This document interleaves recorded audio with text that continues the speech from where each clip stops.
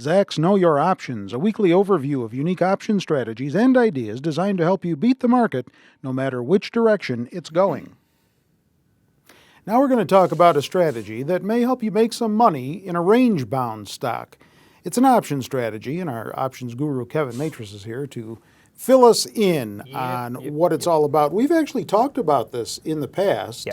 It's a kind of an important strategy, but especially for now, but not very well understood by a lot of people. Yeah, you know, the strategy is called an iron condor. Yes, grasshopper. Yeah, and it's funny too because, I mean, being able to make money in a range-bound market is something that everybody really wants to be able to do, but the strategy that you need to use to employ that is called the iron condor. And you know, most people have probably heard about an iron condor, but very few people even know, you know, what it's about, how to put it on, and all this other good stuff. But this is what we're going to be clearing up today. So. I have one staked in my garden, in my yard. Do you? An iron condor. Feed it well. Yeah. Feed it well, Terry.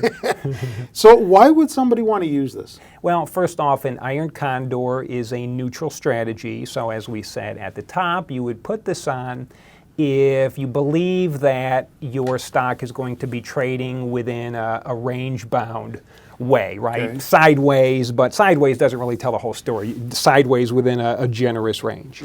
But if you think about it, right, if you are bullish on a stock, there is a strategy that you can employ, which is simply buying calls, the simplest one. If you're bearish on a strategy, you would buy puts. But for this one, yeah, instead of picking a direction, you're simply just picking a broad range. And as long as the stock trades within that broad range, you will be able to make money.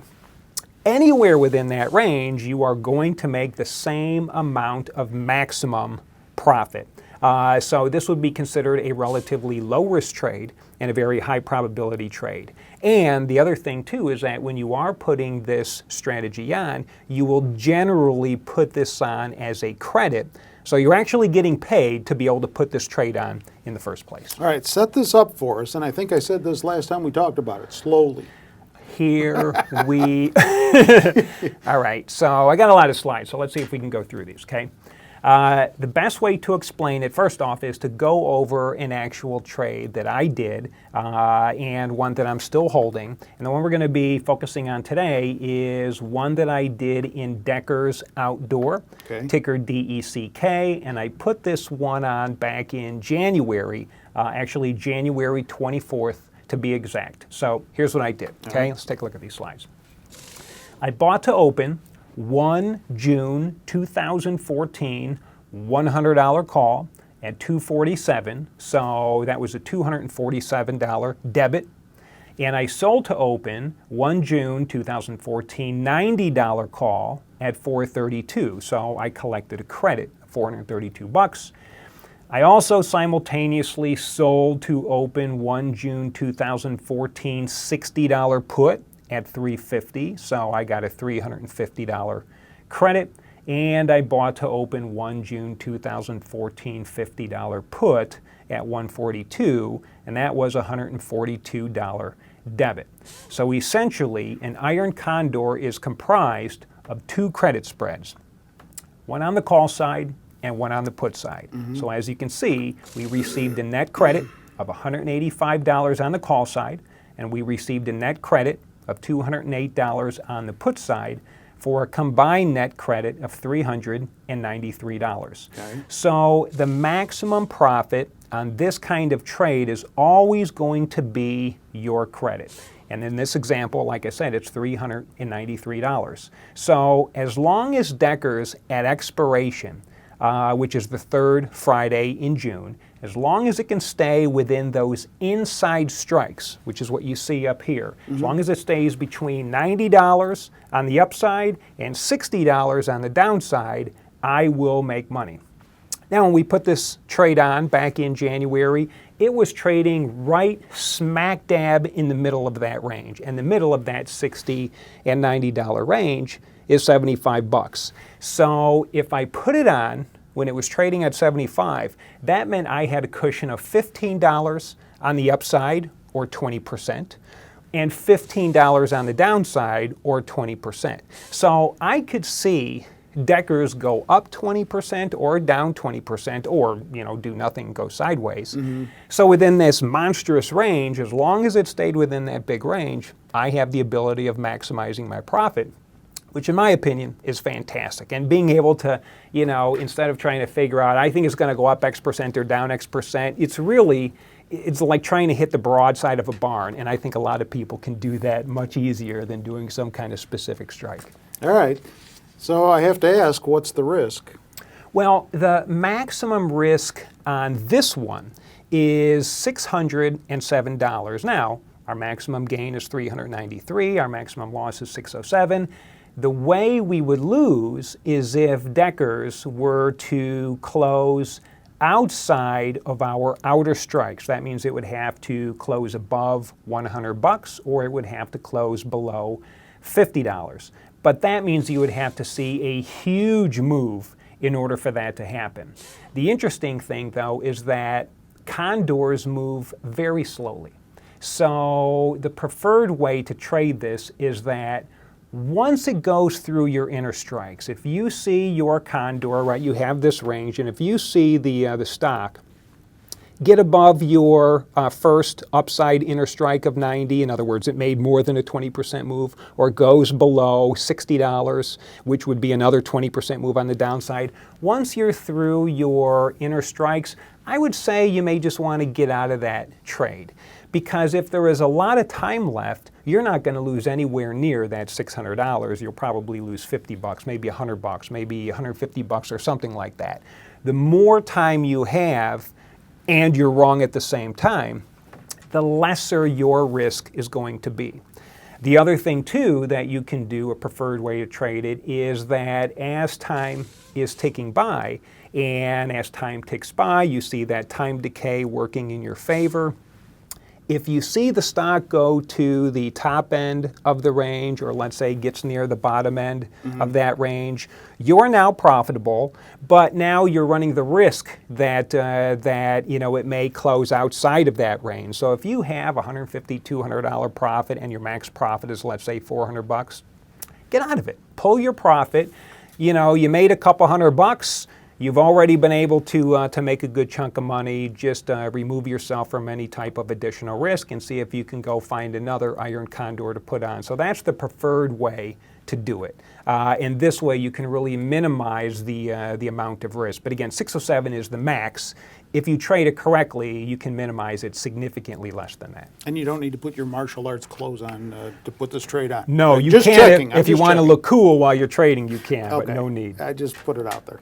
So give us an example. Yeah, so let's illustrate the winning side and the losing side, okay? So let's say at expiration, Deckers closes at the high end of the range, but still within it. Let's say $90, right?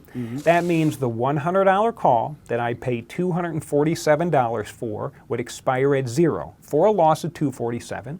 But the $90 call that I collected $432 on, that would also expire at 0, but I would have kept the entire $432. So as you can see, I would have made $185 on the call side of this trade. On the put side, the $60 put that I collected $350 for, that would expire at 0, meaning I kept the entire $350, and the $50 put that I paid $142 for, that would expire at 0 for a loss of $142. But again, that nets out to be a gain of $208. Add both of those sides up, and that's a $393 gain. So again, whether it closed at the high end of that range, or the low end of that range, or somewhere in between, as long as it stayed within those inside strikes, 60 and 90, my outcome would be the same. But again, looking at the loss, if it closed on the outside, or above or below the outer strikes, that's where you would lose. So let's take a look at that side, okay? All right.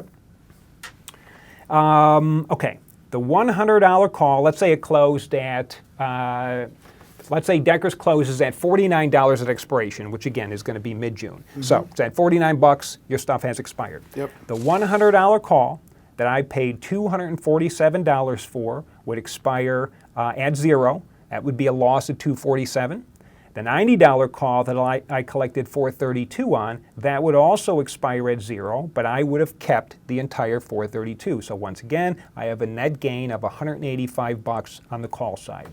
On the put side, the $60 put that I collected $350 for, that is now in the money, and that put would be worth $1,100, meaning I lost $750. The $50 put that I paid $142 for is also in the money, but that's only worth $100, which means I lost $42. So on the put side, I have a loss of $792. If you add all of that up, that turns out to be a loss of $607. That's a $185 gain on the long side, or on the call side, $792 loss on the put side, for a net loss of $607. Now, Deckers could go to 0, or they could go up to infinity, and I would still have the same limited loss. So I can't lose any more than what that max loss is, which would be $607. And the way you would understand the max loss is it's always the size of your largest spread less your credit. So in this case, the size of our largest spread is $1,000, right? Between 90 and 100, that's $10, or the equivalent of $1,000. Or between 60 and 50, that's $10, or the equivalent of 1,000. So your max loss is the value of the largest spread, right? And the largest spread we have is 10, less your credit, which was $393, and that is how you can figure out what your max risk would be. All right. With this trade, though, again, like I said, you don't have to figure out a direction. All you have to do is just figure out, in general, where you believe that stock should trade in. And like I said earlier, when I put this one on, I got a chart here, when I put it on, it was trading right smack dab in the middle. So if you look at this chart, you can see those horizontal lines. I put a thick line at 90. That is the top end of where I need Deckers to stay within. And then I have another thick horizontal line at 60. That's the bottom end of where I need it to stay. So if you look at it, it looks like right around January, you can see it was trading right around 75. It got up, and then all of a sudden they had a terrible EPS report. They tanked, but this thing has, for all intents and purposes, been trading right around the middle. It's right around just under $80 right now, but you're still pretty darn close to the middle of that range. Right now, I believe that spread is profitable to the tune of almost $200. So if I see Deckers get a little bit closer to that 90, or if, let's say, it all of a sudden starts tanking all the way down to 60, I'll probably pull that off and just take my profit. But as long as this thing is able to trade closer to the middle, I'm just going to ride this thing out and hopefully end up making my max profit, which, like I said, is almost $400, which I think is pretty cool. Okay. Anything else that investors may need to watch out for? Yeah, I would say this. I would say that, again, our max profit is $393, our max loss is $607. I will sometimes put on an iron condor with a smaller spread, $5 spread as opposed to 10. So oftentimes I'll put them on a 1-to-1 risk to reward ratio. In this instance, it's like 1 to 5 to 1 risk to reward ratio. You can even go as high as 2 to 1. But again, the key is when you put this on, you want the range to be as large as possible so you can maximize your chances of winning, but you also have to be able to have a large enough spread on either side so you can collect enough premium. So if you can do that, you're in good shape. The last thing I would tell people to do, though, is try to make sure when you see a potential trade, try to make sure that your outer strikes are at least one full standard deviation away from the price. Because if your condor, if your range is one full standard deviation away from the price, that means you have over a 68% chance of making money, and a 68% chance of making money I think is pretty fantastic. All right, thanks for that. If it helps you to see a text version of this strategy that Kevin just described for us in conversation, and you're not at the website, get on over to Zacks.com, because there is one available, and you can link to it right off the homepage. Go right to the options section of the website. And in that section, you'll also find other information to help you know your options. With Kevin, I'm Terry Ruffalo.